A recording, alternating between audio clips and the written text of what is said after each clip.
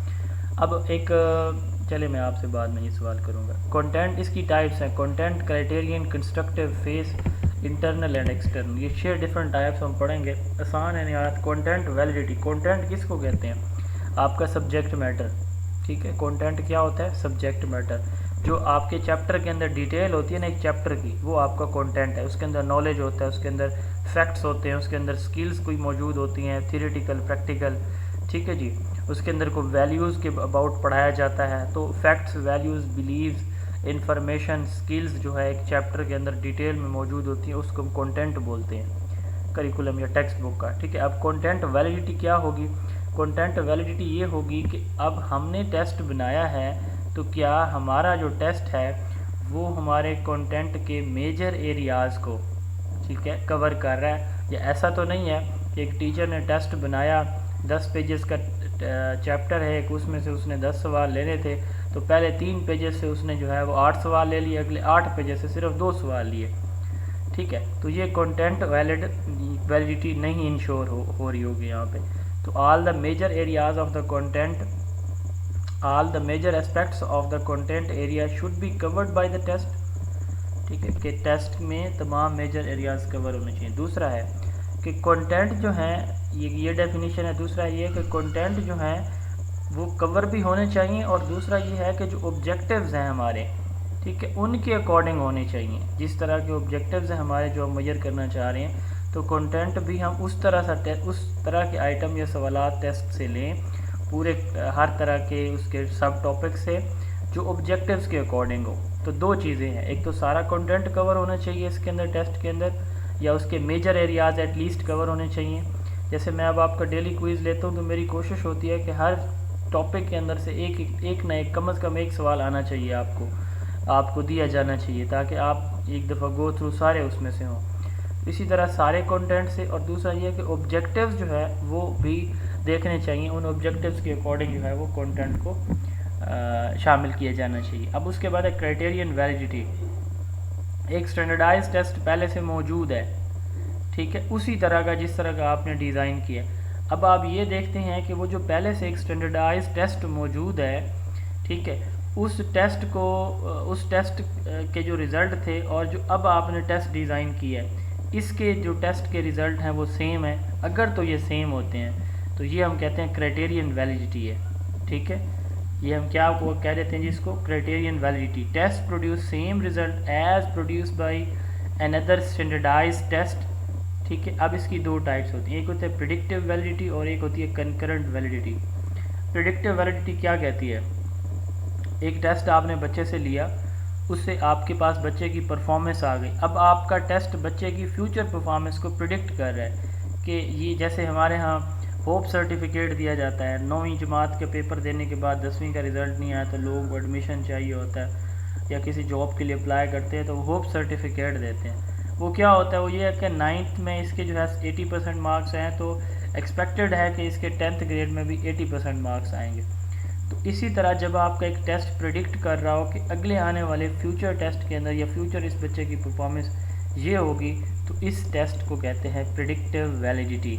क्या को कहते हैं जी? इसको प्रिडिक्टिव वैलिडिटी। कंकरेंट क्या होगी? ये वही ऊपर वाली डेफिनेशन क्राइटेरियन वाली है कि आपका टेस्ट सिमिलर रिजल्ट प्रोड्यूस कर रहा है जैसा कि आपने पहले एक टेस्ट कंडक्ट किया और उसके रिज़ल्ट, क्योंकि वो तो आपको पता है कि स्टैंडर्डाइज वैलिड टेस्ट था, उसको तो आपने हर एंगल से चेक किया हुआ है ऑलरेडी, उसके रिज़ल्ट आपके पास मौजूद हैं। अब आपने दूसरा टेस्ट बनाया, आप सिंपली उसके रिज़ल्ट्स के साथ कंपेयर करके देख लेंगे कि ये एक वैलिड है। मिसाल मैं देता हूँ, इसकी मिसाल, क्योंकि ये हमारे यहाँ ये जो जितनी आप टाइप्स पढ़ रहे हैं ना, ये ज़्यादातर यूज़ होती है रिसर्च के अंदर, असेसमेंट में यूज़ नहीं होती है, ठीक है।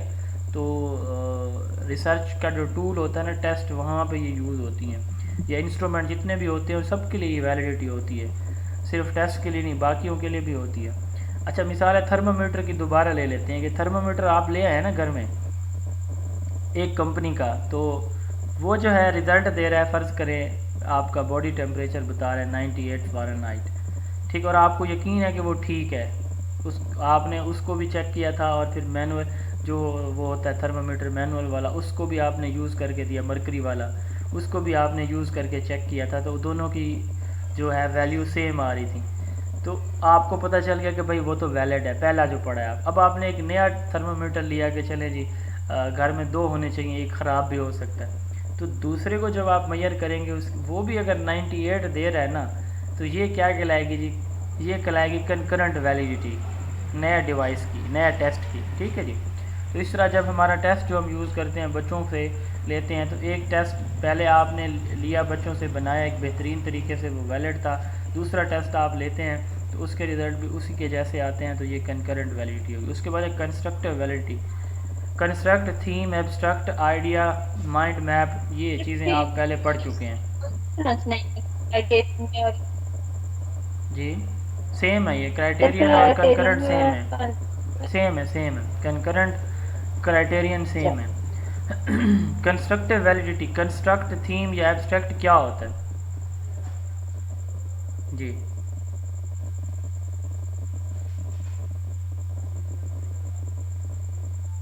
क्या होता है जी?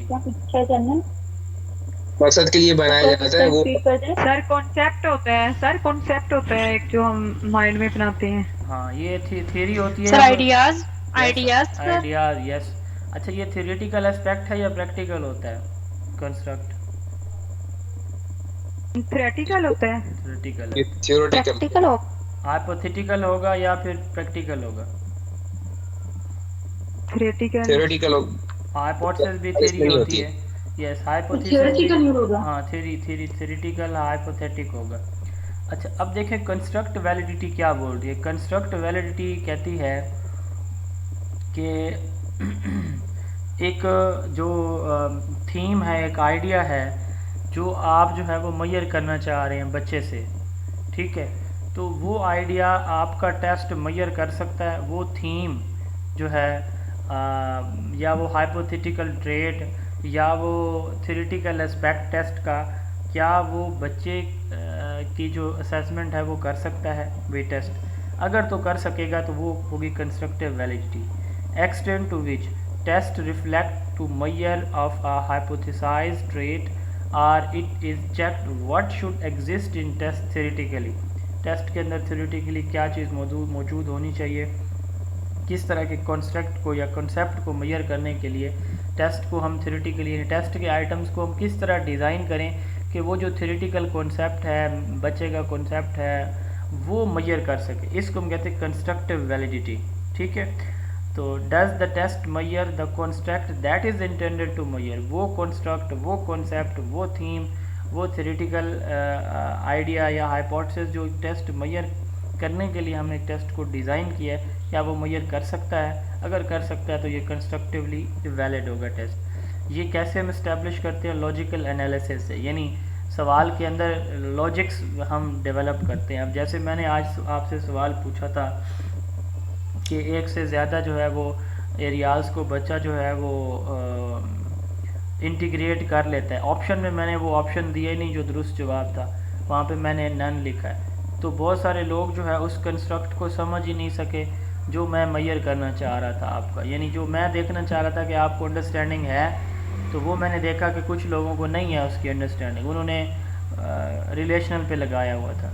ठीक है, तो कंस्ट्रक्ट ये है कि एक जो कॉन्सेप्ट आपका मेजर करना चाह रहा होता है टेस्ट, क्या वो कर सकता है? अगर वो कर सकता है तो वो कंस्ट्रक्टिव वैलिडिटी। अब इसकी ना दो टाइप्स होती हैं, कन्वर्जेंट एंड डाइवर्जेंट। कन्वर्जेंट क्या होती है कि हमारे डिफरेंट मेजर्स हैं, ठीक है, यानी एक टेस्ट में मुख्तलिफ़ किस्म के सवालात पूछे गए हैं लेकिन उन सब का कॉमन कॉन्सेप्ट सेम है। मिसाल मैं देता हूँ, सवाल पेपर में सवाल आया, knowledge is related to memory, ठीक है, ऑप्शन इसका दुरुस्त जवाब है, फ़र्ज़ करें मेमोरी, ठीक है, या मेमोराइजेशन ऑफ समथिंग, ये कॉग्निटिव डोमेन का पहला लेवल है। Knowledge mean memorisation of something या रिकॉलिंग प्रीवियसली लर्नड इन्फॉर्मेशन, वही मेमोरी। अच्छा, एक सवाल ये आया है। दूसरा सवाल दोबारा पूछा गया है कि recalling specific information is called knowledge. अब देखें, दो मुख्तलिफ सवाल हैं लेकिन क्या चीज़ मेजर कर रहे हैं? सेम चीज़ मेजर कर रहे हैं ना, कि आपको नॉलेज के बारे में पता है या नहीं है। तो ये होती है convergent validity. When different Maihar यानी जब मुख्तलिफ सवालात है वो ओनली अंडरलाइंग कॉमन कॉन्सेप्ट, सिर्फ एक जो है वो कॉन्सेप्ट को मैयर कर रहा हो, ये कन्वर्जेंट होगी। और डाइवर्जेंट कौन सी होगी? When different measures are not tightly related to common construct, हर एक सवाल मुख्तलिफ जो है वो कॉन्सेप्ट को मैयर कर रहा है, तो वो डाइवर्जेंट वैलिडिटी होगी। ठीक है जी। देन है फेस वैलिडिटी। मैंने एक टेस्ट बनाया, टेस्ट बनाने के बाद मैंने अब्दुल समद साहब, हाफिज़ साहब को दिखाया। मैं आप एक्सपर्ट हैं, एक नज़र देख लें। आप सब ऐसे देखेंगे, वाह जी वाह, आपने तो कमाल कर दिया, बहुत बेहतरीन टेस्ट है। तो जब एक एक्सपर्ट देखते ही टेस्ट को कह दे कि ये वाकई अच्छा है एक नज़र में ही, तो ये होती है फेस वैलिडिटी। इसको दो तरह से हम डिफ़ाइन करते हैं, यानी कोई देखते ही उसको कह दे कि ये वैलिड है, या फिर इसको दूसरा इसकी डेफिनेशन है when a test is valid by definition. यानी ये भी वही बात है कि डेफिनेशन से क्या मुराद है कि उसकी स्टेटमेंट्स ही बता रही हों, उसके ऑप्शंस, उसके डिस्ट्रैक्टर आंसर ही बता रहा हो कि ये एक बेहतरीन टेस्ट है, ठीक है, और ये सारे एरिया कवर कर रहा है, तो ये फेस वैलिडिटी होगी। यहाँ तक कोई प्रॉब्लम है तो आप पूछ सकते हैं। ये 1 या 2 नंबर का सवाल इसी स्लाइड में से आएगा आपके पेपर में, बता रहा हूँ जी। वैलिडिटी की नहीं समझ वैलिडिटी की दोबारा बता दें। किसकी?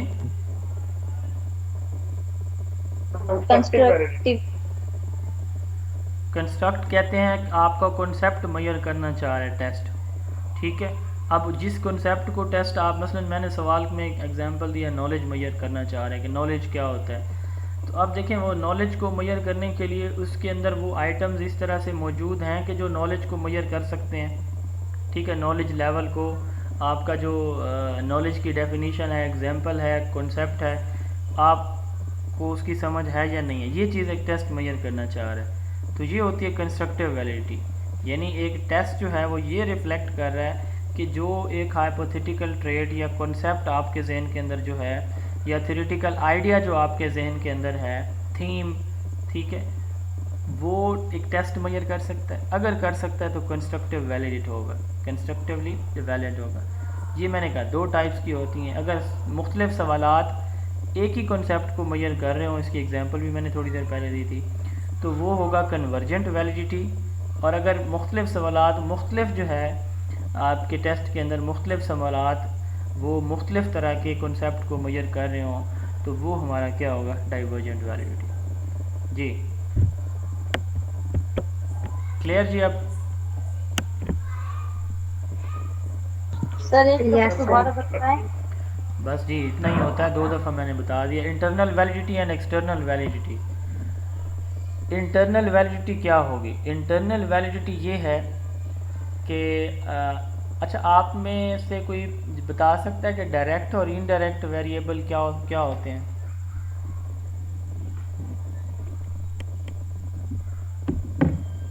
जी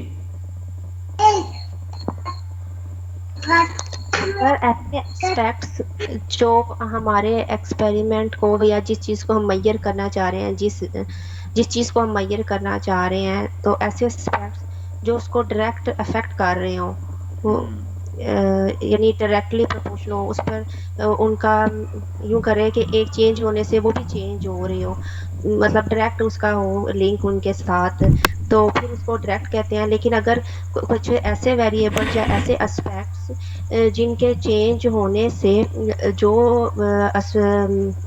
एंगल या जो चीज़ हम मैयर करना चाह रहे हैं उसको इनडायरेक्टली इफेक्ट कर रहे हो, कोई तो इसको वो सादा इनडायरेक्ट होते हैं। अल्फाज में बयान कर सकता है इसी बात को? एक्सट्रेनियस वेरिएबल हमारा बच्चे की इंटेलिजेंस चेक करनी है अपने क्लास में, तो हम कहेंगे कि बच्चा जो है ना ज़्यादा मेहनत कर रहा है तो वो ज़्यादा इंटेलिजेंट है, तो वो जो चीज़ है ना इंटेलिजेंस को चेक करने के लिए उसकी सिर्फ मेहनत को नहीं देखा जाएगा, बल्कि वो कितने आवर्स स्पेंड कर रहा है और वो किस तरह के कंटेंट यूज़ कर रहा है, ये सारा चीज़ें। जी सर, एमफिल किया हुआ है। आपका रिसर्च का टॉपिक क्या था? सर मेरा एनएसबी था। अच्छा चलिए, एनएसबी के सर डिपेंडेंट और इंडिपेंडेंट वेरिएबल को मैं एक सादा सी मिसाल से समझाता हूँ आपको।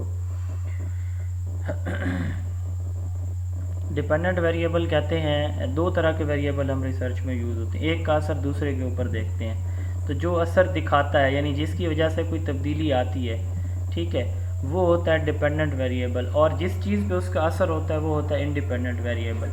मिसाल के तौर पर आप क्लास में बच्चों को पढ़ा रहे हैं पहले चाक के साथ, चाक बोर्ड के साथ, अब आपने क्या किया, वाइट बोर्ड यूज़ कर लिया, तो बच्चे की लर्निंग बेहतर हो गई, उसके रिज़ल्ट उनके बेहतर हो गए। पहले आप वाइट बोर्ड के साथ पढ़ा रहे थे, अब आप मल्टीमीडिया यूज़ कर रहे हैं। तो आप देखें कि आप रिसर्च में ये देखना चाहते हैं कि मल्टीमीडिया इस्तेमाल करने से बच्चे के रिज़ल्ट कितने इम्प्रूव हुए हैं, ठीक है।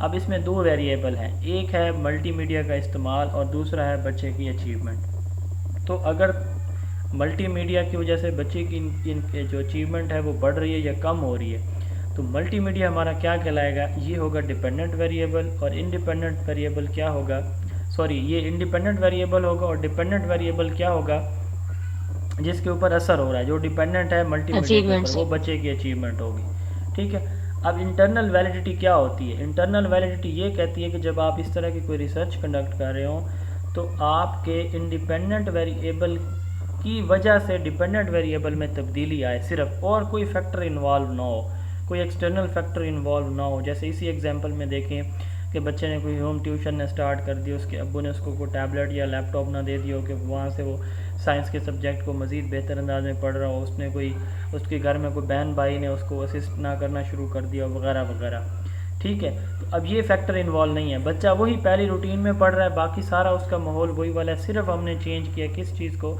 हमने वाइट बोर्ड की जगह मल्टीमीडिया यूज़ करना शुरू कर दिया और हम साइंस में उसकी अचीवमेंट देखना चाह रहे हैं। तो अब जब इंडिपेंडेंट वेरिएबल यानी मल्टीमीडिया का इस्तेमाल डिपेंडेंट वेरिएबल यानी बच्चे के अचीवमेंट के ऊपर है, उसकी अचीवमेंट बढ़ गई है, तो इस तरह के रिज़ल्ट को हम क्या कहेंगे, इंटरनली वैलिड कहेंगे। टेस्ट इस वक्त वैलिड होगा जब डिपेंडेंट वेरिएबल में जो तब्दीली आती है वो सिर्फ जो है इंडिपेंडेंट वेरिएबल के इस्तेमाल की वजह से हो, किसी और फैक्टर की वजह से ना हो, यानी जो एक्सटर्नल फैक्टर हैं, एक्सट्रेनियस वेरिएबल्स हैं, उनकी वजह से ना हो। इसको हम बोलते हैं इंटरनल वैलिडिटी। फिर है एक्सटर्नल वैलिडिटी। एक्सटर्नल वैलिडिटी क्या है कि जब आप इन्हें एक सैम्पल लिया वहाँ से, यानी आपने पूरे एक डिस्ट्रिक्ट से ये स्टडी करना है कि जो है यहाँ पे जितने एमफिल एजुकेशन है उनमें से कितने लोग जो है वो अपनी उनको जॉब मिली है या वो अपनी डिग्री के साथ जो है वो सेटिस्फाई हैं, फ़र्ज़ करें कि उन्होंने ये अच्छा डिसीजन किया था। अब एक लाहौर के अंदर फ़र्ज़ करें जो है 5000 लोगों ने एमफिल एजुकेशन किया है सपोज़, तो 5000 के 5000 से डाटा कलेक्ट करना मुश्किल होता है। तो एक रिसर्चर क्या करता है, वो 30 से 40 लोगों को इंटरव्यू लेता है और उससे रिज़ल्ट ये बनाता है कि ये सारे के सारे लोग जो है बहुत खुश हैं कि हमने एक बहुत ही अच्छा सब्जेक्ट चूज़ किया है। अब वो कहता है कि लाहौर के लोगों की ये परसेप्शन है एमफिल, जिन्होंने एमफिल एजुकेशन किया, एमफिल एजुकेशन के बारे में। तो जब आप एक सैम्पल से डाटा ले रहे हो तो वो सैम्पल आपके इतना स्ट्रॉन्ग हो कि उससे लिया जाने वाला डाटा बाकी सब पे भी अप्लाई हो सकता है। यानी इन लोगों की जो इंटरव्यूज़ आपने किए वो बाकी पूरी पॉपुलेशन यानी 500 लोगों के ऊपर आप अप्लाई कर रहे हैं, अगर ये इतने स्ट्रॉन्ग हों कि उनके रिज़ल्ट उन पे अप्लाई हो सकते हों, तो फिर हम कहते हैं external validity. Test is externally valid if result generalize to the population outside the sample. जी क्लियर जी, मैं रिपीट कर देता हूँ क्योंकि कंस्ट्रक्टिव में शायद तीसरी मरतबा भी कहा गया कि बताने का। वैलिडिटी कहते हैं एक्यूरेसी ऑफ द टेस्ट को, ठीक है।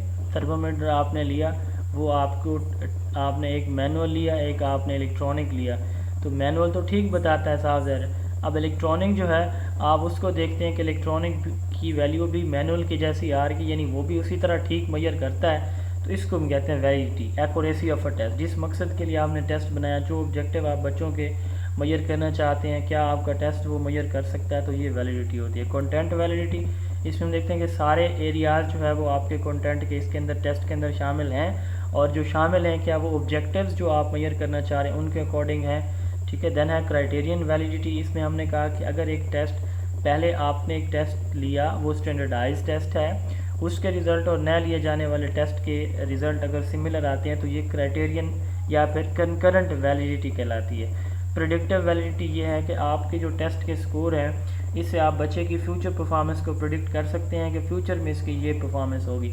इसका नाम हम बता रहे हैं कि प्रेडिक्टिव वैलिडिटी है। कंकरेंट जो है रिपीट होने वाली चीज़, इसको हम कंकरेंट कहते हैं। ठीक है। कंस्ट्रक्टिव वैलिडिटी, कंस्ट्रक्ट कहते हैं हमारे जहन के अंदर जो थीम, आइडिया या कॉन्सेप्ट होता है उसको। तो जब हमारा एक टेस्ट जो है वो हमारे जहन के अंदर मौजूद एक हाइपोथेटिकल ट्रेट को, हाइपोथेटिकल ट्रेट से हाइपोथेसिस, इसका मतलब भी वही कॉन्सेप्ट होता है, आइडिया होता है। थियरिटिकल आइडिया, इसका मतलब भी वही हमारा सिंपली आइडिया ही होता है। और इन सब को हम कलेक्टिवली क्या कह रहे हैं, कंस्ट्रक्ट कह रहे हैं। तो जब हमारा टेस्ट वो थियरिटिकल आइडिया, वो हाइपोथेटिकल ट्रेट, ठीक है, वो थीम या वो कंस्ट्रक्ट जो हमारे माइंड के अंदर है वो मेजर कर सकता है, तो ये कंस्ट्रक्टिव वैलिडिटी है। ये लॉजिकल एनालिसिस से हम डेवलप करते हैं, यानी चीज़ों के अंदर रिलेशन बना के, इंडक्टिव या डिडक्टिव रीजनिंग, इस तरह से। कन्वर्जेंट, जब मुख्तलिफ टेस्ट जो के आइटम जो है वो एक कॉन्सेप्ट मेजर कर रहे हो, कन्वर्जेंट होगी। डाइवर्जेंट, ये आप पहले पढ़ चुके हैं, कन्वर्जेंट और डाइवर्जेंट क्वेश्चन भी आप पढ़ चुके हैं। तो जब मुख्तलिफ टेस्ट मुख्तलिफ तरह की कॉन्सेप्ट को मेजर कर रहे हो, ठीक है। अच्छा, फेस वैलिडिटी, देखने से ही टेस्ट ठीक लगे या टेस्ट बाय डेफिनेशन आपको बेहतर लगे, तो ये face validity. Internal validity, dependent variable जो है उसके ऊपर इंडिपेंडेंट वेरिएबल जब असर करता है तो वो इंडिपेंडेंट वेरिएबल की वजह से रिज़ल्ट चेंज होते हैं, सिर्फ बाकी किसी फैक्टर की वजह से नहीं। एग्जांपल मैंने दी है, मल्टीमीडिया आपने इस्तेमाल किया, बाकी बच्चे की रूटीन वही है, सिर्फ मल्टीमीडिया के असरात आप देखेंगे।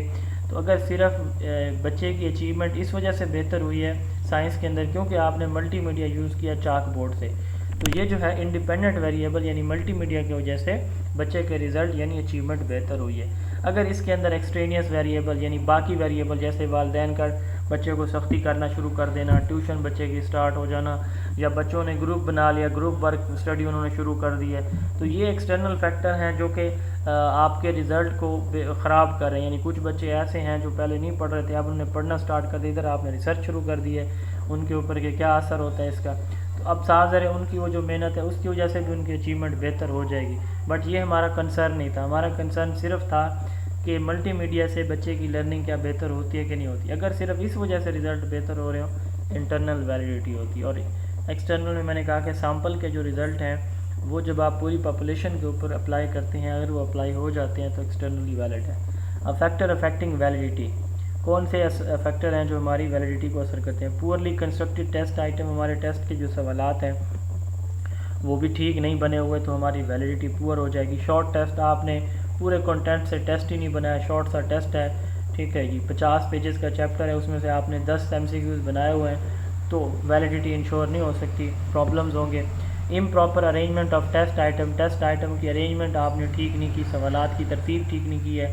यूज़ ऑफ डिफ़िकल्ट टर्म्स, आप ऐसी टर्म्स यूज़ कर रहे हैं जो कि अनफेमिलियर हैं बच्चों के लिए, बहुत डिफ़िकल्ट हैं, तो ये बच्चों को समझना इसके लिए आसान नहीं होगा। Unclear direction of the test, test में आप प्रॉपर डायरेक्शन ही नहीं दे रहे कि इसको कैसे आपने अटैम्प्ट करना है, तो इसकी वजह से हमारे टेस्ट की वैलिडिटी जो है वो मुतासर हो सकती है। थ्रेट्स टू इंटरनल वैलिडिटी, अब इंटरनल और एक्सटर्नल वैलिडिटी के थ्रेट्स हैं, ये बेसिकली रिसर्च का टॉपिक है। Threats to internal and external validity, और इंटरनल और एक्सटर्नल वैलिडिटी ये दोनों भी रिसर्च के टॉपिक हैं। अब देखें थ्रेट्स टू इंटरनल वैलिडिटी क्या होता है। हिस्ट्री थ्रेट्स, हिस्ट्री थ्रेट्स में ये होता है कि इंटरनल वैलिडिटी में हमने कहा कि डिपेंडेंट का हम असर देखते हैं इंडिपेंडेंट के ऊपर, इंडिपेंडेंट का असर हम देखते हैं डिपेंडेंट के ऊपर, ठीक है। मल्टीमीडिया का असर हम देखने जा रहे हैं बच्चों की लर्निंग अचीवमेंट के ऊपर। अब इसको कौन कौन सी चीज़ें मुतासर कर सकती हैं। हिस्ट्री थ्रेट, हिस्ट्री जैसे देखें जो है इसमें, जैसे मैंने अभी थोड़ी देर पहले कहा कि बच्चों ने कोई वो शुरू कर दिया जी, एक्स्ट्रा पढ़ना शुरू कर दिया, ट्यूशन शुरू कर दी, 2-4 बच्चों ने स्टडी ग्रुप्स ज्वाइन कर लिए, तो इससे उनकी अचीवमेंट बेहतर हो रही है। या अम्मी अब्बू ने पढ़ाना शुरू कर दिया, बहन भाई ने पढ़ाना शुरू कर दिया उन्हीं दिनों, तो ये हिस्ट्री थ्रेट है, ठीक है।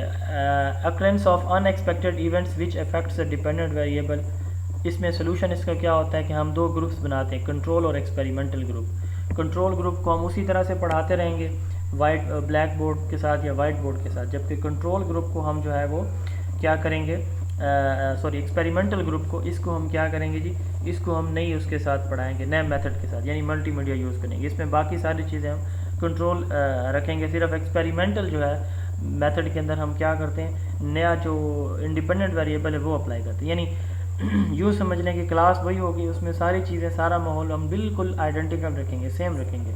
सिर्फ ये है कि उनको वही टीचर वही सब्जेक्ट वाइट बोर्ड पे पढ़ाएगा, वही टीचर वही सब्जेक्ट दूसरे ग्रुप को मल्टीमीडिया से पढ़ाएगा। जिसको वाइट बोर्ड से पढ़ा रहा है पुराने मेथड से, वो हमारा कंट्रोल ग्रुप है, और जिसको हम जो है वो मल्टीमीडिया के साथ पढ़ाएंगे, वो हमारा एक्सपेरिमेंटल ग्रुप है। तो दो हमारे ग्रुप्स बनते हैं इसके अंदर। दूसरा है मैचुरेशन अकोरेंस ऑफ फिजिकल और mental factors on dependent variable. अब इसमें जो है एक बच्चा थक जाता है, मतलब जी बार बार जो है ये चीज़ रिपीटेडली मुझसे बार बार सवाल किए जा रहे हैं, ठीक है। तो मैचुरेशन से भी फिज़िकल या मेंटल फैक्टर हो सकते हैं। बच्चा फटीग यानी थकावट फील करता है, ओवरवेलमिंग फील करता है, थक जाता है, तो ये मैचुरेशन थ्रेट्स हैं। इससे भी हमारा डिपेंडेंट वेरिएबल के जो रिज़ल्ट हैं वो डिस्टर्ब हो सकते हैं। प्री टेस्ट इफेक्ट, बाज़ औक़ात एक रिसर्चर क्या कहता है, पहले एक टेस्ट लेता है, ठीक है, कि अब क्या बच्चों की प्रोग्रेस है। फिर जैसे मैंने आपका प्री टेस्ट लिया था, फिर मैंने चैप्टर पढ़ाया, चैप्टर नंबर 1, और आपका पोस्ट टेस्ट लिया, इसी तरह। तो अगर वो टेस्ट सेम हो, यानी पहले वाला टेस्ट और बाद में लिए जाने वाला, पढ़ाने से पहले एक टेस्ट लिया, पढ़ाने के बाद टेस्ट लिया, तो इसको हम कहते हैं, जो पहले लिया जाता है वो प्री टेस्ट कहते हैं। तो प्री टेस्ट जो है, जब बाद में वही टेस्ट लिया जाता है तो भी बच्चे की परफॉर्मेंस बेहतर हो सकती है। उन्हें पता होता है पहले ये सवाल पूछे गए हैं, तो वो एक्यूरेटली जवाब दे सकते हैं। इंस्ट्रूमेंटेशन, हमने जो इंस्ट्रूमेंट यूज़ किया, जो टेस्ट यूज़ किया, वो ठीक नहीं है, ठीक है। सिलेक्शन बायसनेस, हमने जो सैम्पल इसके अंदर यूज़ किए हैं, बच्चे वही चुने हैं जो अच्छे अच्छे बच्चे थे, ठीक है, तो ये सैम्पल बायसनेस है। मोर्टेलिटी, एक बच्चा स्कूल छोड़ देता है, डेथ हो जाती है उसकी, किसी और स्कूल में ट्रांसफ़र हो जाता है। तो जब एक जो हमारे पास सैम्पल होता है किसी रिसर्च के अंदर, वो हमारी स्टडी से, जब हम रिसर्च कर रहे होते हैं तो वहाँ से चला जाए, तो इसको हम मोर्टेलिटी कहते हैं, ठीक हो गया जी। Threats to external validity, external validity में टेस्टिंग है। टेस्टिंग क्या होता है कि जी हमारे जो डिपेंडेंट, यानी इसमें हमने कहा था एक्सटर्नल वैलिडिटी में कि सैम्पल के रिजल्ट्स को हम जनरलाइज करते हैं पॉपुलेशन के ऊपर। समझ आ रही है जी? जी सर बिल्कुल। कोई प्रॉब्लम तो नहीं है? यस सर, आ रही है। अच्छा, कोई नो वाला है तो बताएं, बाद में ना कहिएगा। नो सर, क्लियर हो गया है सर। अच्छा, threats to external validity, testing हमने कहा था कि हम सैम्पल को जनरलाइज करते हैं।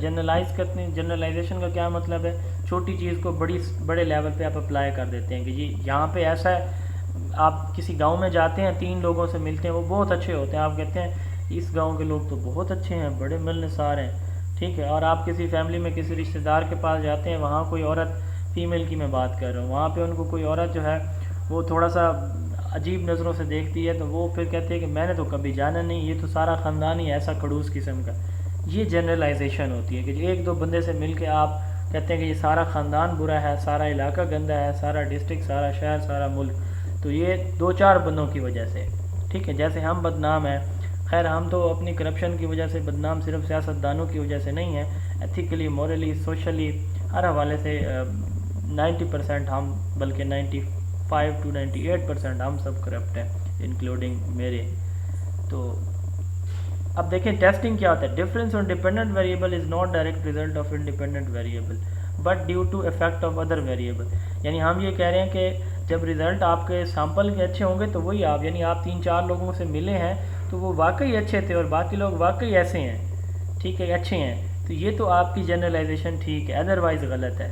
तो टेस्टिंग इफेक्ट यही कहती है कि आपके अगर जो डिपेंडेंट वेरिएबल के रिज़ल्ट है ना जी, जो उसमें तब्दीली आई है वो इंडिपेंडेंट वेरिएबल की वजह से है, किसी और फैक्टर की वजह से नहीं है, फिर तो है ठीक। अगर तो इसके अंदर कोई और फैक्टर भी शामिल है, उसको हम टेस्टिंग फैक्टर कहते हैं, वो शामिल हो गए तो फिर हम अपने सैम्पल को पॉपुलेशन के ऊपर जनरलाइज नहीं कर सकते सैम्पल रिजल्ट को। हाथ ऑन इफेक्ट क्या होता है, जब आप जो है की वजह से जी सर, यहाँ पे इंडिपेंडेंट की वजह से होगा इफेक्ट या दूसरे किसी फैक्टर की वजह से? दूसरे किसी फैक्टर की वजह से, यानी ये अगर किसी दूसरे फैक्टर की वजह से रिज़ल्ट चेंज होता है तो हम जनरलाइज तो नहीं कर सकते ना उसको बाकी पॉपुलेशन के ऊपर कि बाकी जगहों पे भी ऐसा, क्योंकि वो रिज़ल्ट तो चेंज हो गया हमारा। जैसे आपने उलट बोला था इस वजह से पूछे। चले, हाँ, ये डिपेंडेंट इंडिपेंडेंट बाज़ औक़ात जो है वो उल्ट हो जाते हैं, हॉथ ऑन इफेक्ट।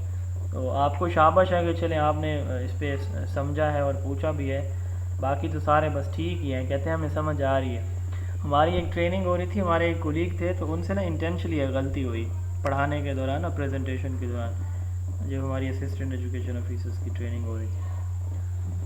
तो अब जो जो जो एग्जामिनर था जो ऑब्ज़र्व कर रहा था उनकी प्रेजेंटेशन, उन्होंने कहा आप गलत पढ़ा रहे हैं। उन्होंने कहा कि नहीं सर, मैं गलत नहीं पढ़ा रहा, मैं तो ये देख रहा हूँ कि ये जो मेरे सामने बैठे इनको कोई समझ लग रही है। तो इनमें से किसी ने भी जो है वो नहीं बोला। तो साहब ने हमने कहा कि हमें तो पता जी आप गलत बता रहे थे, हम आपसे सवाल करने ही लगे थे। तो बात करने का मकसद ये है कि अगर कहीं से कोई मिस्टेक हो जाती है इंटेंशनली अनइंटेंशनली, बाज़ औक़ात बंदा फ़्लो में गलत अनजाने में बोले तो, और बाज़ औक़ात वो अपने हिसाब से ठीक बोल रहा होता है। तो इसलिए लाजमी टोक लिया करें कि यहाँ पे गलती हुई। हॉथ ऑन इफ़ेक्ट क्या है? ऐसा होता है कि आपने बच्चे को कोई होमवर्क दिया है, या आप अपने आप को एग्जांपल लें कि जब आपको कभी टीचर जो है वो कोई असाइनमेंट देता था और वो टीचर या होमवर्क देता था क्लास वर्क, तो वो टीचर जो है आपके पास जब आता था और आप कोई काम कर, आप बहुत ज़्यादा तवज्जो के साथ कि जी मैं बहुत अच्छा करने की कोशिश कर रहा हूँ, ऐसा हम करते थे, करते रहे हैं। इसको कहते हैं हाथ ऑन जब हमारे इफेक्ट। टेस्ट होता है, हाँ, जब टेस्ट होता है कि जी टीचर मेरा ऊपर मेरे सर पे खड़ा है या टीचर खड़ी है वो देख रही है, तो वो कहेंगे कि यार ये तो बहुत बेहतरीन अंदाज में सवाल अटैम्प्ट करें। इसको हम कहते हैं हाथ ऑन इफेक्ट। जब आप कोई परफॉर्मेंस शो कर रहे हो ना, और आपको पता हो कि आप अंडर ऑब्जर्वेशन है, आपको देखा जा रहा है, आपको नोट किया जा रहा है, तो आप अपनी परफॉर्मेंस को बेहतर कर देते हैं। छोटे बच्चों को जब वो नमाज़ पढ़ रहा हो ना, तो उसको देख के सारे उसकी तरफ थोड़ी सी तवज्जो करें, तो वो कितने शौक़ से नमाज़ पढ़ता है, छोटा बच्चा बच्ची। ये भी हाथ ऑन इफेक्ट है। Subject of study influence by the fact that he is being recorded. ठीक है, तो ये भी आपके डिपेंडेंट वेरिएबल को इफ़ेक्ट करता है। ठीक है, यानी आपके रिज़ल्ट को ये भी इफ़ेक्ट करता है। उस स्पेसिफिक टाइम में आप ज़्यादा बेहतर अंदाज में परफॉर्मेंस शो करते हैं। लास्ट वन है बाई सिलेक्शन। मतलब अगेन आपने सैम्पल जो है वो सही तरह से नहीं लिए, तो ये आपका आपके जो है वो एक्सटर्नल वैलिडिटी को थ्रेट्स हैं। जी क्या पूछना चाह रहे हैं? जी जी सर इसका मतलब ये है कि when you are being observed by your superior, उसका मतलब ये है कि जब ऑब्जर्व किया जाए, यानी कोई हमें देख रहा है, नजरसानी की जाती है, तो उस वक्त जो जो हमारा जो टेस्ट का जो एक्सटर्नल वैलिडिटी है वो स्ट्रांग हो जाती है। नहीं, डिपेंडेंट वेरिएबल यहाँ पर जो कमज़ोर हो जाता पे है, डिपेंड कर कमज़ोर हो जाता है, ये स्ट्रॉन्ग नहीं होता। देखें अच्छा जब आप नॉर्मल तो नहीं कर रहे ना, नॉर्मल रूटीन में जो जिस तरह से आप कर रहे होते हैं उस तरह तो नहीं करते। जब आपको पता है कि जी आपको देखा जा रहा है, तो आप पहले से बेहतर करने की कोशिश करते हैं। ठीक है, मस्जिद में जाते हैं जी, हम कोई नोट कर रहा है तो आंखें बंद करके वो लंबे लंबे रुकू और सुजूद। अब नॉर्मल तो ऐसा नमाज कोई नहीं पढ़ता ना, तो ये उस एक वक्त के लिए नमाज को इस तरह से बेहतरीन अंदाज में जो है वो पढ़ने की कोशिश की जा रही है, पढ़ा जा रहा है नमाज को। तो वो हमारे एक थे डेप्टी डी ओ हैं, तो वो बता रहे थे कि मेरा ना शायद उनका अपना था या उन्होंने कोई बात बताई थी मुझे जैसे याद आ रही।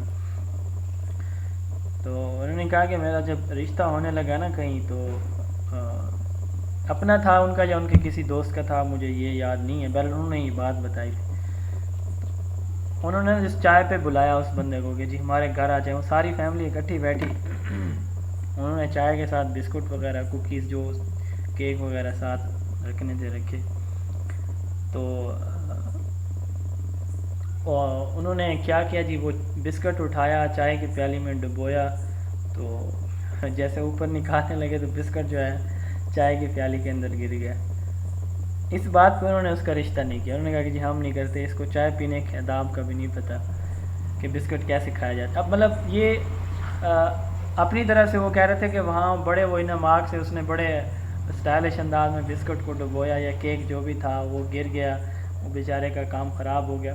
तो जब ये, वैसे मैं एग्जांपल दे रहा हूँ, ये शायद यहाँ फिट भी नहीं आती होगी। तो हाथ ऑन इफेक्ट ये होता है कि आप नॉर्मल से हट के बात कर रहे होते हैं, नॉर्मल से एक रूटीन से ज़्यादा बेहतर करने की कोशिश कर रहे होते हैं, जिसका आपकी उसके स्टडी के ऊपर असर होता है। जैसे आप मल्टीमीडिया की हम एग्जांपल ले लें, टीचर ने मल्टीमीडिया यूज़ किया, उसने बच्चों को टेस्ट दे दिया क्लास के अंदर। अब जो है वो उसने सैम्पल में फ़र्ज़ करें 20 बच्चे लिए, वो हर एक बच्चे के पास जा रहे हैं, तो अब वो बच्चा जो है वो अपने टेस्ट को उस वक्त जो है सोच समझ के करने की कोशिश करता है कि इस वक्त तो कम से कम मैं गलती मुझे नहीं करनी चाहिए क्योंकि मेरा टीचर मेरे सर पे खड़ा है। तो जब आपके रिज़ल्ट इस वजह से बेहतर हो रहे हों क्योंकि आप जो है वो अंडर ऑब्जर्वेशन होते हैं, इसको हम बोलते हैं हाथ ऑन इफेक्ट। ठीक है जी, तो ये एक्सटर्नल वैलिडिटी के थ्रेड्स हैं। अब दूसरी नंबर पे हम आते हैं रिलायबिलिटी। आप सर ये कंट्रोल कंडीशन होगी जी सर, हाथ ऑन इफेक्ट जो है सर ये कंट्रोल कंडीशन में आएगा सर, कंट्रोल ग्रुप में। हाँ, कंट्रोल ग्रुप में नहीं, एक्सपेरिमेंटल में भी आ सकता है ये। हमने तो जो डाटा लेना है वो दोनों से लेना होता है ना, कंट्रोल और एक्सपेरिमेंटल दोनों से। तो ये दोनों में से किसी एक साइड पे आ सकता है। जी सर। अच्छा, रिलायबिलिटी देखें, रिलायबिलिटी।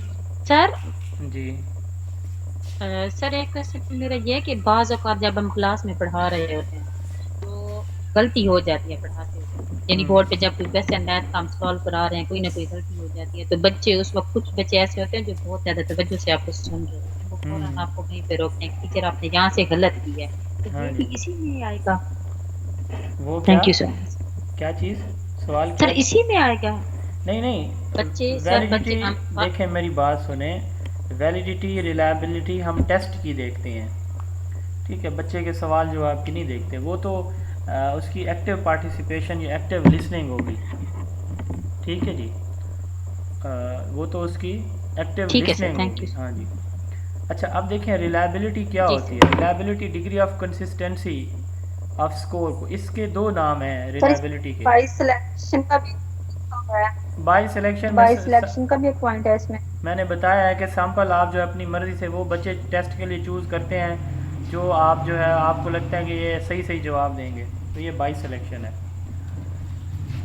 अच्छा, डिग्री ऑफ कंसिस्टेंसी और स्टेबिलिटी ऑफ, इसका दूसरा नाम एक और भी स्टेबिलिटी भी है, कंसिस्टेंसी के साथ स्लैश डाल के स्टेबिलिटी भी लिख दें।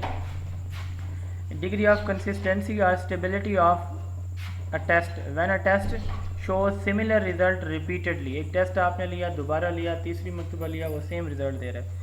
वही थोड़ी देर पहले जो मैंने आपको थर्मामीटर या पेइंग बैलेंस की एग्जांपल दी है कि रिपीटेड मेजरमेंट पे वो सेम रिजल्ट दे रहा है, तो ये हमारा जो थर्मामीटर है ये क्या कहलाएगा, रिलायबल कहलाएगा, ठीक है। तो अब इसकी टाइप्स हैं। Without reliability there is no validity. अच्छा, अब इसकी टाइप्स देखते हैं। Test, retest, reliability. ये हमने इंटर और इंट्रारेटर आज शायद या कल मैंने आपको बताया भी था। टेस्ट, रीटेस्ट, रिलायबिलिटी क्या होती है कि सेम टेस्ट आपका है when similar test are applied repeatedly and produce same result. आपने एक टेस्ट बनाया, रिपीटेडली वही टेस्ट आप यूज़ कर रहे हैं, ठीक है, और वो सिमिलर रिज़ल्ट दे रहा है, तो ये आपका टेस्ट क्या कहलाता है, रिलायबल। अब यहाँ पे एक पॉइंट है कि क्राइटेरियन में भी हमने यही बात की थी। देखिए यहाँ पे हमने कहा था कि एक टेस्ट, यहाँ पे डिफरेंट टेस्ट की बात है, ये याद रखिएगा, ठीक है। यहाँ पे टेस्ट, दो डिफरेंट टेस्ट की हमने बात की थी। एक पहला टेस्ट है जो वैलिड है, हमें पता है कि वो वैलिड है। दूसरा टेस्ट हमने बनाया और उसके रिज़ल्ट को पहले वाले एक वैलिड टेस्ट के साथ कंपेयर किया, ये क्राइटेरियन वैलिडिटी है। यहाँ पे हम कह रहे हैं टेस्ट वैलिडिटी में कि सेम टेस्ट जो है, एक टेस्ट सेम है, वही टेस्ट बार बार यूज़ होने पे सेम रिज़ल्ट दे रहा है, तो ये हमारा क्या कहलाता है, रिलायबिलिटी कहलाती है। ये डिफरेंस है। जैसे एक थर्मामीटर से आपने एक बंदे का टेम्परेचर नापा, दूसरी मरतबा, तीसरी मरतबा, चौथी मरतबा मापा, तो हर दफ़ा मापने पे आपको वो सेम मेजरमेंट दे रहा है, ये रिलायबल है। अब टेस्ट, रीटेस्ट, रिलायबिलिटी, यहाँ पे हम स्कूल लेवल की बात करें, क्लास के टेस्ट की बात करें, एक ही टेस्ट आप बार बार ले रहे हैं, ठीक है, बच्चों से, तो वो सेम रिज़ल्ट दे रहा है, तो ये टेस्ट, रीटेस्ट, रिलायबिलिटी कहलाएगी। When similar test are applied repeatedly and produce same result. अब इसकी दो टाइप्स हैं, इंटररेटर और इंट्रारेटर। इंटर का मतलब होता है दो चीज़ों के दरमियान, ठीक है, या मुख्तलिफ चीज़ों के दरमियान, यूँ कह लें मुख्तलिफ चीज़ों के दरमियान। इंटर मुख्तलिफ के दरमियान होता है। इंट्रा क्या होता है, किसी एक ही ग्रुप में, सेम ग्रुप में, ठीक है, सेम चीज़ के अंदर, सेम क्लास के अंदर, ठीक है। इंटर में मुख्तलिफ क्लासेज होंगी या मुख्तलिफ स्कूल्स हो सकते हैं, ठीक है जी। इंटररेटर कहता है टेस्ट वही सेम होगा, ऊपर हमने कहा सिमिलर टेस्ट, एक टेस्ट है आपका, उसमें आपने डिफरेंट स्टूडेंट को सेम टाइम में दे दिया।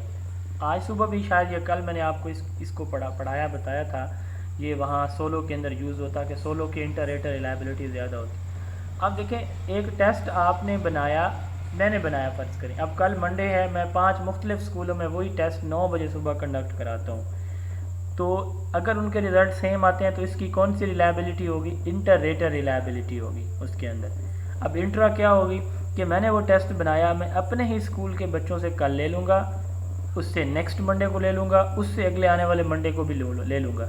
अब 3 मरतबा same test but different time में मैं ले रहा हूँ, तो ये इंट्रारेटर बन जाएगी, ठीक है जी। इंटररेटर क्या है, similar test given to different student at same time, Monday को 9 बजे 5 मुख्तलिफ स्कूलों में एक ही टेस्ट। Intrarater similar test given to same student at different time. मेरा बनाया हुआ टेस्ट इस मंडे को, अगले मंडे को और उससे अगले मंडे को। Student same, test same, time different. ऊपर वाले में test same, time same but student different. Clear जी ये? अच्छा यस सर क्लियर है। अच्छा, parallel form reliability. Yes. Parallel form reliability किसको कहते हैं कि इसमें हम जो टेस्ट बनाते हैं ना वो बनाते हैं दो। टेस्ट क्या बनाते हैं? दो। उसमें सवाल तो मुख्तलिफ होता है बट सवाल के अंदर जो कॉन्सेप्ट मापना होता है ना वो सेम होता है। ठीक है, मिसाल के तौर पर process of break down of whole into component parts is known as. ठीक है, अब ये एक सवाल टेस्ट नंबर 1 में पहला क्वेश्चन बनाया गया। टेस्ट नंबर 2 में यही सवाल कैसे होगा? ठीक है, एनालिसिस मीन्स, ठीक है, division of whole into part. अब देखिए डेफिनेशन सेम है। आज़ान हो जाए प्लीज़ वेट कीजिएगा।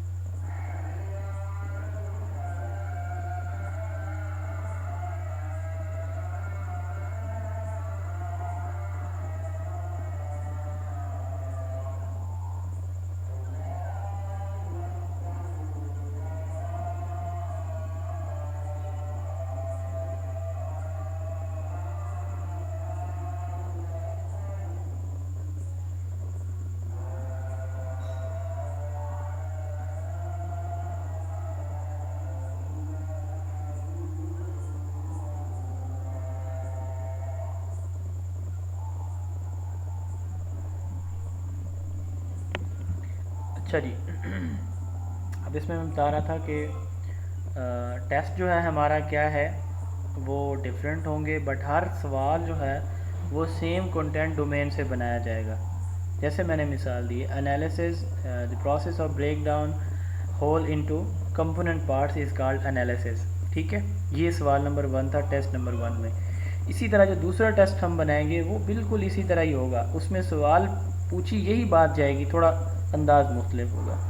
The process analysis means the process of, अब ऑप्शन इसका दुरुस्त जवाब जो होगा, the process of breaking down the whole into parts. ठीक है, तो इसकी डेफिनेशन देखें, use to assess the consistency of the results of the two test constructed in the same way from the same content domain. उसके बाद है split half reliability.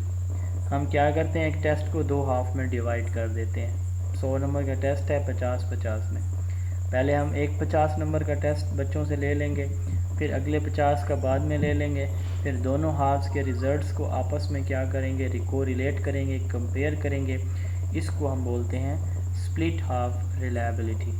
Spearman Brown prophecy formula और Cronbach alpha. Cronbach alpha ने generalizability theory भी दी थी और ये स्पीयर ब्राउन ने जो है वो आपकी क्लासिकल टेस्ट थ्योरी दी थी, कल हमने ये दोनों पढ़ी। तो ये इसका formula 2r/1 + r is equal to relation between two halves. तो ये आपने याद कर लेना एज इट इज़ कि ये दोनों जो है वो यूज़ होते हैं स्प्लिट हाफ रिलायबिलिटी के लिए, स्पेयर ब्राउन प्रोफेसिव फार्मूला और क्रोन बैच अल्फ़ा। अब स्पेयर ब्राउन का तो फार्मूला देख लिया, उसके बाद क्रोन बैच अल्फ़ा में क्या करते हैं हम, एक टेस्ट को दो हाफ्स में अगेन एंड अगेन डिवाइड कर देते हैं, यानी 50-50 के दो टेस्ट में डिवाइड किया दो हाफ्स में, फिर जो 50 वाला है उसको मज़ीद दो पार्ट्स में डिवाइड 25-25 कर लिया। तो इस तरह से सब हाफ को मज़ीद जब हम उसके दो हाफ बना लेते हैं और उनको अलग अलग जो है वो टेस्ट कंडक्ट करके फिर उनके रिज़ल्ट्स आपस में कंपेयर करेंगे, तो ये क्रोन बैच अल्फ़ा कहलाता है। Test is divided into two halves again and again with different sequence and their correlation is determines. अगर इसके लिए फार्मूला यूज़ होता है उसको आप स्किप करें, ये नहीं पूछा जाएगा। अगर इसकी वैल्यू 0.7 से ज़्यादा हो तो ये गुड होता है, और अगर इसकी वैल्यू 0.9 से ऊपर आए हमारे पास तो ये जो है वो बेस्ट होता है, यानी स्प्लिट हाफ की रिलायबिलिटी बेस्ट होगी जब 0.9 क्रोन बैच अल्फ़ा की वैल्यू इससे 0.9 या इससे ऊपर आएगी। लास्ट इसकी टाइप है इंटरनल कंसिस्टेंसी रिलायबिलिटी।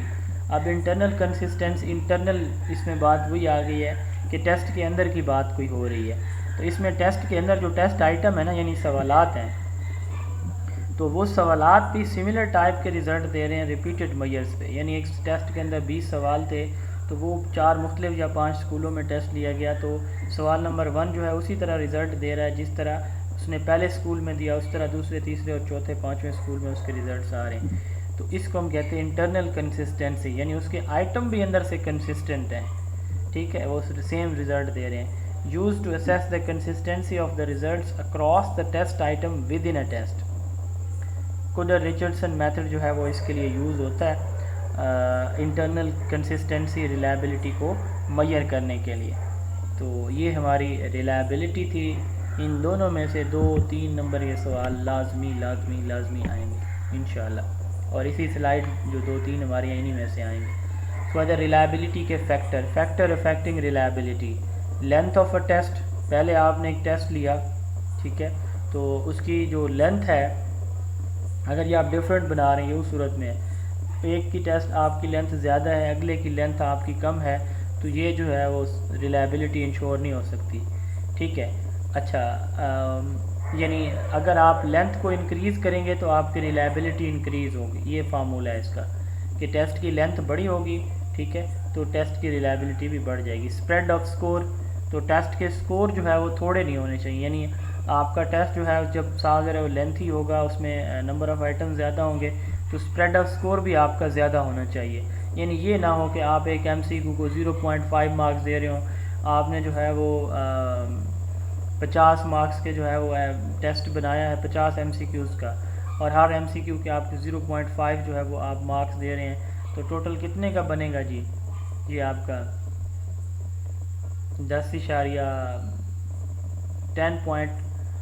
12.5, ये इतने नंबर, इस तरह नहीं होना चाहिए। यानी स्प्रेड ऑफ स्कोर भी आपका जो है वो ठीक तरह से, डिफ़िकल्टी ऑफ टेस्ट जो है वो ना ज़्यादा इजी हो, ना ज़्यादा बहुत ज़्यादा डिफ़िकल्ट हो। ऑब्जेक्टिविटी से मुराद ये है कि टेस्ट को कोई और फैक्टर जो है वो इस पर असरअंदाज ना, ये बड़ा इंपॉर्टेंट है, लिख लें साथ। ऑब्जेक्टिविटी कहते हैं कि जब कोई भी एक्सटर्नल फैक्टर आपके, यानी जैसे बच्चे नकल ना कर रहे हों, उनको टीचर खुद चीटिंग ना करा रहा हो, ठीक है जी, तो कोई हिंट्स ना दे रहा हो, सवाल के अंदर कोई हिंट्स मौजूद ना हो, ऑब्जेक्टिविटी इसको कहते हैं। कि यानी टेस्ट पे कोई और फैक्टर सिवाय बच्चों की अपनी स्किल के या उनके अपने जवाब देने के कोई और चीज़ इन्वॉल्व ना हो, तो ये ऑब्जेक्टिविटी होती है। सब्जेक्टिविटी क्या होगी? सब्जेक्टिविटी इसके उल्ट होगी, ठीक है जी। अब यूजेबिलिटी क्या होती है कि टेस्ट आपका इजी टू यूज़ हो, ठीक है, आपका टेस्ट जो है इकोनॉमिकली ना हो, लेंथी ज़्यादा है, नंबर ऑफ़ पेजेस उसके ज़्यादा लगे, एक्सपेंसेस ज़्यादा हैं, तो ये चीज़ें भी नहीं होनी चाहिए। थ्रेट्स, फटीग, रिपीटेड टेस्ट पे बच्चा जो है फटीग फील करता है, हैबिचुएशन, बच्चे को आदत हो जाती है वही जवाब बार बार देने की, इसलिए उसको याद हो जाते हैं वैसे ही। Standardisation of the procedure, assessment या मेजरमेंट, जब आप स्कोरिंग उसकी करें तो हर चीज़ को स्टैंडर्डाइज रखें। प्रोसीजन ऑफ मेजरमेंट, आपकी एक्यूरेसी होनी चाहिए मेजरमेंट के अंदर, ठीक है। अच्छा, अब आपने पढ़ लिया टॉपिक, तो आपसे एक सवाल है छोटा सा, सोच समझ के जवाब दीजिएगा कि एक रिलायबल टेस्ट क्या वैलिड हो सकता है हमेशा? जी सर, हो सकता है sir. I repeat my yes question, sir, हो सकता है। I repeat my question. Is a valid test will नहीं always सर, be नहीं होता। is a reliable test will always be valid? No No. इसका जवाब है नो no. सर, जरूरी नहीं है सर। अभी आप कह रहे थे कि जरूरी सर कोई है, भी अभी आप टेस्ट कह रहे हैं उस जरूरी नहीं है। सर कोई भी सर टेस्ट उस वक्त तक रिलायबल नहीं होता जब तक वो वैलिड नहीं होता। रिलायबिलिटी से पहले वैलिडिटी का होना जरूरी है। Yes, exactly. अब इसकी मिसाल दोबारा वही थर्मामीटर पे आ जाएं, वेइंग बैलेंस पे आ जाएं, बीपी अपरेटस पे आ जाएं, ठीक है। आपका थर्मामीटर बार बार चेक करने पे 98 फ़ारेनहाइट तो दे रहा है, बट वो गलत दे रहा है, तो रिलायबल तो वो है, यानी रिपीटेड मेजरमेंट पे वो सेम जो है वैल्यू दे रहा है, बट गलत दे रहा है, तो वैलिड तो नहीं है बट रिलायबल है। तो जनरली नॉर्मली एक जो वैलिड टेस्ट होता है वो रिलायबल भी होता है, ये याद रखिएगा, ये लिख लें, ठीक है। यहाँ पे लिखा हुआ है, इसको काट दें इस लाइन को, विदाउट वैलिडिटी, बुक में अगर लिखी हुई, बुक में लिखी हुई है without validity there is no, without reliability there is no validity. Yes sir, लिखी हुई है। Yes, sir, लिखा इसको हुआ है। काट दें, इसकी जगह लिख दें कि generally a valid test is reliable test and a reliable test may not always be a valid test, ठीक है जी। एक general valid test normally reliable होता है और एक रिलायबल टेस्ट हमेशा वैलिड हो, ये मुमकिन नहीं है। अच्छा जी, इसके बाद माइक ऑफ करें। इसके बाद कुछ और क्वालिटीज़ हैं। यूजेबिलिटी, यूजेबिलिटी कहते हैं कि आपका time, cost, administration, interpretation, test जो आपने बनाया उसकी कॉस्ट ज़्यादा ना हो, टाइम उस पर ज़्यादा ना लगे, उसको टेस्ट लेने में और उसको रिज़ल्ट वगैरह बनाने में आसानी हो, तो वो टेस्ट यूजेबल होता है। यूजेबिलिटी क्वालिटी है टेस्ट की। स्कोरेबिलिटी, जिसको आप स्कोर आसानी से कर सकें। इकोनॉमिकल, जिसके ऊपर ख़र्चा ज़्यादा ना हो। टाइम, जिस पे टाइम ज़्यादा ना लगे, ना ही कम टाइम हो, नॉर्मल टाइम हो। स्पेसिफिसिटी, ये स्पेसिफिक ऑब्जेक्टिव्स आपके मेजर कर रहा हो। ऑब्जेक्टिविटी, टेस्ट के स्कोर के ऊपर बच्चे की परफॉर्मेंस के अलावा कोई और फैक्टर शामिल ना हो। इक्विलिब्रियम, इक्विलिब्रियम कहते हैं कि जो ऑब्जेक्टिव और कंटेंट है इनका बैलेंस रखा गया हो, इसको बैलेंस भी कहते हैं कि आपके टेस्ट के अंदर ऑब्जेक्टिव और कंटेंट का बैलेंस रखा गया कि नहीं, एक ऑब्जेक्टिव के ज़्यादा सवाल तो नहीं शामिल कर दिए गए और किसी एक स्पेसिफिक कंटेंट से तो नहीं किए गए, हर एरिया से किए गए हैं। डिफरेंशिएबिलिटी, टेस्ट हाई और लो अचीवर को डिफरेंशिएट भी कर रहा हो। एडिक्वेसी, हमारा टेस्ट का जो क्वेश्चन है वो इतना सफिशेंटली लार्ज हो कि बच्चे को सवाल समझ आ जाए, ठीक है, उसको सवाल समझने में कोई परेशानी ना हो कि पूछा क्या जा रहा है। डिस्क्रिमिनेशन जो है, ये टेस्ट हमारे स्टूडेंट के माइंड, ये वही बात है, डिफरेंशिएबिलिटी डिस्क्रिमिनेशन सेम है कि ये हमारे डिटेक्ट करता है स्मॉल डिफरेंसेस जो बच्चों के दरमियान होते हैं। अब कुछ ये इंपॉर्टेंट टाइप्स ऑफ क्वेश्चंस हैं, ये हमारे इस चैप्टर का कुछ पोर्शन रह जाएगा, वो हम इंशाल्लाह कल के लेक्चर के साथ फिर पढ़ेंगे। अभी हमने 20 मिनट मज़ीद क्लास पढ़नी है, तो अच्छा, अब टाइप्स ऑफ क्वेश्चन है। सबसे पहले प्रोएक्टिव क्वेश्चंस। प्रोएक्टिव क्वेश्चंस, बाज़ औक़ात हम अपने आप से सवाल करते हैं कि मुझे ऐसा करनी चाहिए था, मुझे अम्मी से ये बात करनी चाहिए थी, मुझे फ़लाँ के साथ इस तरह बदतमीज़ी से पेश आना चाहिए था, उसने मेरे साथ ऐसा किया तो क्या मुझे उसके साथ ऐसा नहीं करना चाहिए था। वो सवाल जो हम अपने आप से ख़ुद पूछ रहे होते हैं, या आप अपने टेस्ट के बाद अपने आप से सवाल करते हैं, मुझे यहाँ से समझ आई, यहाँ से क्यों नहीं आई, तो मैंने उस वक़्त अपने सर से क्यों नहीं पूछा। तो these are the question people ask to themselves, for example, what I am going to do about it, what can I try। दूसरा है rhetorical questions। बाज़ औक़ात ना हम जो है वो गुस्से में होते हैं अपने फैमिली में से किसी के साथ, तो मैंने आपके लिए इतना कुछ किया, आपने मेरे लिए क्या किया, ठीक है। तो या इस तरह के क्वेश्चन हम कर रहे थे कि मेरे से बेहतर कौन, किसने आपको जो है इतना फैसिलिटेट किया, मेरे से बेहतर कौन पढ़ा सकता है। मैं इन सवालात का मकसद जवाब लेना नहीं होता, वो दूसरे के ऊपर एक इम्प्रेशन छोड़ना होता है कि जी मैंने बहुत अच्छा किया आपके साथ। तो ये होते हैं रिटोरिकल क्वेश्चन, वो क्वेश्चंस जो सिर्फ एक इफ़ेक्ट के लिए हम जो है वो पूछते हैं, सवाल का जवाब लेने के लिए नहीं पूछते। ठीक है जी, तो उसको हम रिटोरिकल क्वेश्चन कहते हैं। Rhetorical question is one for which the sir, questionnaire does मारने नॉट एक्सपेक्ट। वाले सवाल। जी क्या सर आई कह थिंक इसी का माइक ऑन है। A rhetorical question is one for which the questioner does not expect a direct answer. A question that is asked mere for effect rather than question that need to be answered. Question like who knows or who's better than me are often rhetorical. उसके बाद है funnel question, जब हम एक sequence में question, आज सुबह आपने क्या किया, उसके बाद क्या किया, उसके बाद क्या किया, जी मैंने खाना खाया, किस होटल से खाया, ठीक है, उसमें मेन्यू क्या था, ये वो मतलब वेन्यू क्या था, मेन्यू, आगे हम उसी में ही आगे चलते जाएंगे। तो फनल क्वेश्चन इसको कहते हैं, जब क्वेश्चन एक सीक्वेंस सीरीज़ के अंदर चल रहे हों तो उन क्वेश्चंस को हम फनल क्वेश्चन बोलते हैं। इनफ्रेंस क्वेश्चंस ऐसे सवाल जिसके अंदर हम डिडक्टिव। जी सर फनल क्वेश्चन को क्रॉस क्वेश्चनिंग भी कहा जा सकता है। क्रॉस तो हम नहीं कह सकते क्योंकि क्रॉस क्वेश्चनिंग में दो तरफा सवालात होते हैं, मैं आपसे पूछूंगा आप मुझसे पूछेंगे, ये होती है क्रॉस क्वेश्चनिंग। फनल क्वेश्चनिंग ये है कि मैं बता रहा हूँ और आप पूछे जा रही हैं, ठीक है ना जी।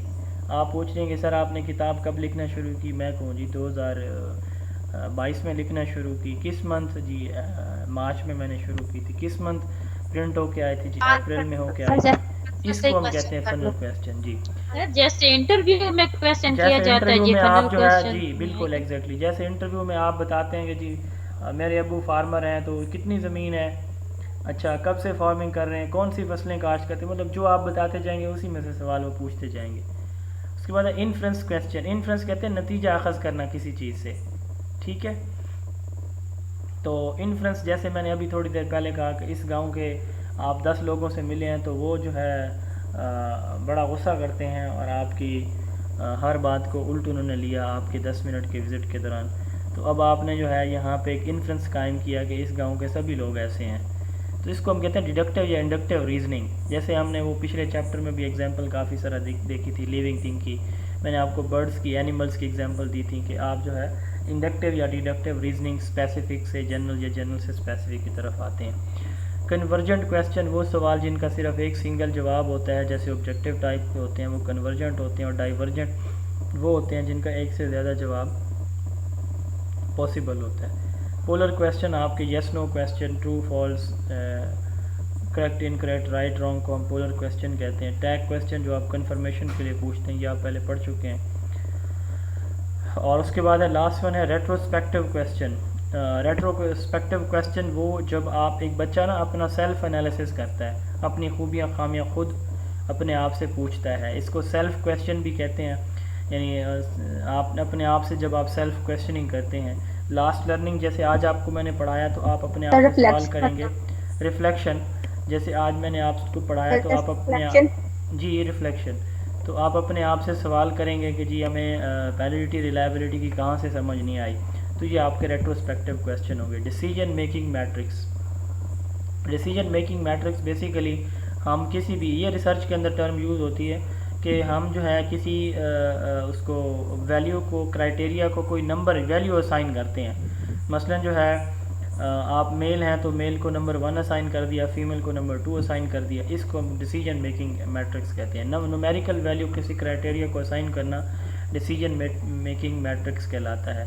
और क्रॉस चेकिंग क्या है कि आप किसी एक चीज़ को सिर्फ एक तरह से ना चेक कर रहे हो, मुख्तलिफ अंदाज से आप बच्चे का होमवर्क चेक कर रहे हो, उसके स्पेलिंग, उसकी जो है वो राइटिंग चेक कर रहे हो, उसका लिखने का अंदाज़ चेक कर रहे हो, उसकी जो है वो फ्यूचर जो स्किल्स हैं वो देख रहे हो, तो ये क्रॉस चेकिंग होगी।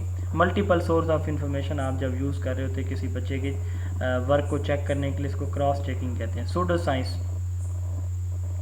consists of statement, beliefs or practices that claim to be both scientific and factual but are incompatible with the scientific method। तो कुछ सूडो साइंस ऐसी इस तरह की, एक पता नहीं आई थिंक SPSC के पेपर में पूछी गई है टर्म, तो ये मैंने यहाँ शामिल की है। ऐसी स्टेटमेंट्स जो है वो होती हैं जो जिनको समझा जाता है कि ये साइंटिफिक है और ये फैक्चुअल है, हकाइक पे मबनी है, लेकिन हम उनको साइंटिफिकली इन्वेस्टिगेट नहीं कर सकते। जैसे हमने गैलेक्सीज़ का कॉन्सेप्ट है कि जितनी गैलेक्सीज़ हैं अब वो मौजूद हैं, बट साइंटिफिकली हम उसको नहीं मेजर कर सकते, क्योंकि उनको देखने के लिए, उन तक पहुंचने के लिए पता नहीं कितने मिलियन जो है वो लाइट ईयर हमें चाहिए, रोशनी के साल हमें चाहिए। तो एक इंसान की उम्र ही महदूद है।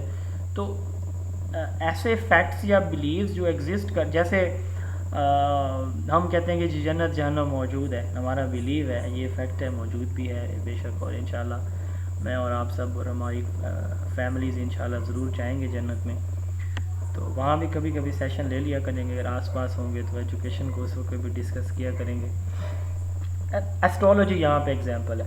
तो वो अब देखें वो फैक्ट्स हैं, बट साइंटिफिकली हम इस काबिल नहीं है कि उसको जज कर सकें कि क्या वो एग्जिस्ट करती हैं कि नहीं करती, बट हमारा बिलीव है जो ये, यानी साइंटिफिक कहते हैं कि जी आपको कन्फर्मेशन हो जाती, बट हमारा अल्हम्दुलिल्लाह यकीन कन्फर्मेशन से भी एडवांस लेवल का है।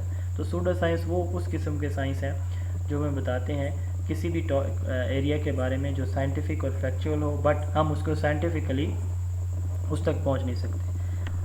बाल पार्क असेसमेंट, जब आप जो है किसी ऐसी चीज़ को कोई न्यूमेरिकल वैल्यू दे देते हैं, एस्टिमेशन लगा देते हैं जिसको जो है आप मैयर नहीं कर सकते, उसको हम बाल पार्क असेसमेंट कहते हैं।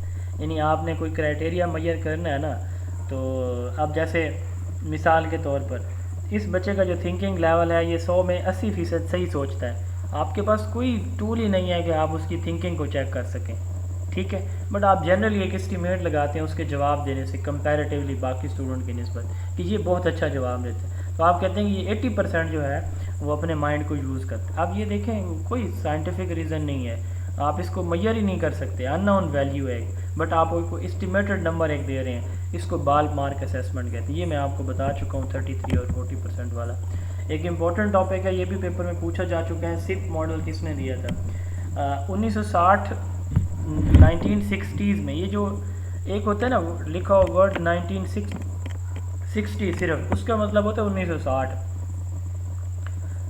ये लिखा हुआ है 1960s, इसका मतलब है 1960 से 1970 के दरमियान किसी साल, ठीक है।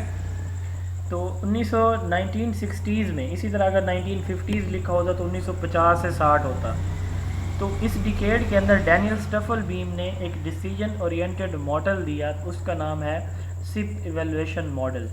ये बेसिकली एक तरह का इवैल्यूएशन मॉडल है, इसके 4 कंपोनेंट होते हैं। किसी भी प्रोग्राम को, उसकी इफ़ेक्टिवनेस को मेजर करने के लिए ये मॉडल यूज़ किया जाता है। अब इसके 4 कंपोनेंट हैं, इम्पोर्टेंट है ये बहुत। सबसे पहले इसके अंदर है कॉन्टेक्स्ट ऑफ इवैल्यूएशन, यानी यहाँ पे ऑब्जेक्टिव समझ लें, गोल समझ लें, आप क्या मेजर करना चाहते हैं। Input, how it should be done, आप जो है कैसे इसके लिए प्लानिंग कैसे करेंगे, कैसे, यानी आई से मुराद इनपुट और इनपुट से मुराद आपकी प्लानिंग है कि आप कैसे जो है प्लानिंग करेंगे उन ऑब्जेक्टिव्स को मेजर करने के लिए। P stands for process. अब प्रोसेस में आप क्या करते हैं, आप जो है वो कोई टेस्ट डिज़ाइन करते हैं, उसको इम्प्लीमेंट करते हैं, उसको मॉनिटर करते हैं, उसका फीडबैक देखते हैं, ठीक है। यानी इसमें जो एक्चुअल में आप जो है वो असेसमेंट या एवेल्यूएशन कर रहे होते हैं। एंड लास्ट वन जो है वो अगला पी है प्रोडक्ट, ठीक है। तो इसमें आप इम्पैक्ट या इफेक्टिवनेस देखते हैं कि क्या वो प्रोजेक्ट है वो इफेक्टिव रहा, उसके रिजल्ट बेहतर हुए हैं या नहीं हुए। तो ये 4 जो है इसके कंपोनेंट हैं सिप मॉडल के, goals, plans, actions and outcomes, या इसके जो असल नाम है वो है context, input, process and output या प्रोडक्ट इवैल्यूएशन, ठीक है। It focus on management oriented evaluation as this framework combine 4 stages of evaluation. The focus is on continuous improvement by concentrating the 4 areas of the program. Overall goals और mission ये context में आते हैं, plans and resources ये input के अंदर आते हैं, activities and component ये process के अंदर आते हैं, और outcome या objectives जो achieve हुए या नहीं हुए उनकी जो impact या effectiveness जो product के अंदर आती है। It is useful and simple tool for helping evaluators to produce questions of vital importance to be asked in a evaluation process. This approach seeks to improve and achieve accountability in educational programming through learning by doing approach. तो ये learning by doing approach को follow करते हुए, क्योंकि इसमें practical actions होते हैं किसी भी चीज़ को असेस करने के लिए, सिर्फ ऑब्जर्वेशन पे ये बिलीव नहीं करता, तो ये एक इम्पॉर्टेंट इफेक्टिव इवैल्यूएशन मॉडल है किसी भी प्रोग्राम को इवैल्यूएट करने के लिए। जी 5 मिनट हमारे रहते हैं, पढ़ लें या कल पढ़ें? हाँ सर, नो सर। अच्छा चलें जी। सर आपसे एक रिक्वेस्ट करनी है। हाँ जी बोलें जी। सर आपसे एक रिक्वेस्ट करनी है, ये जब चैप्टर कंप्लीट हो